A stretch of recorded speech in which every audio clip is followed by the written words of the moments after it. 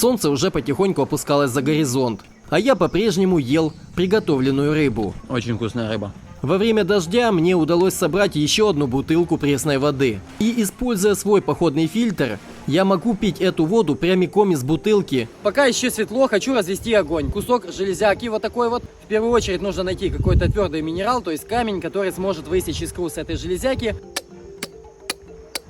Камень нужно разбить на осколки, чтобы получить максимально острый фрагмент. Вот этот красный камень подходит лучше. В качестве трута буду использовать гриб-трутовик. Должно сработать. Ну, вроде сухой.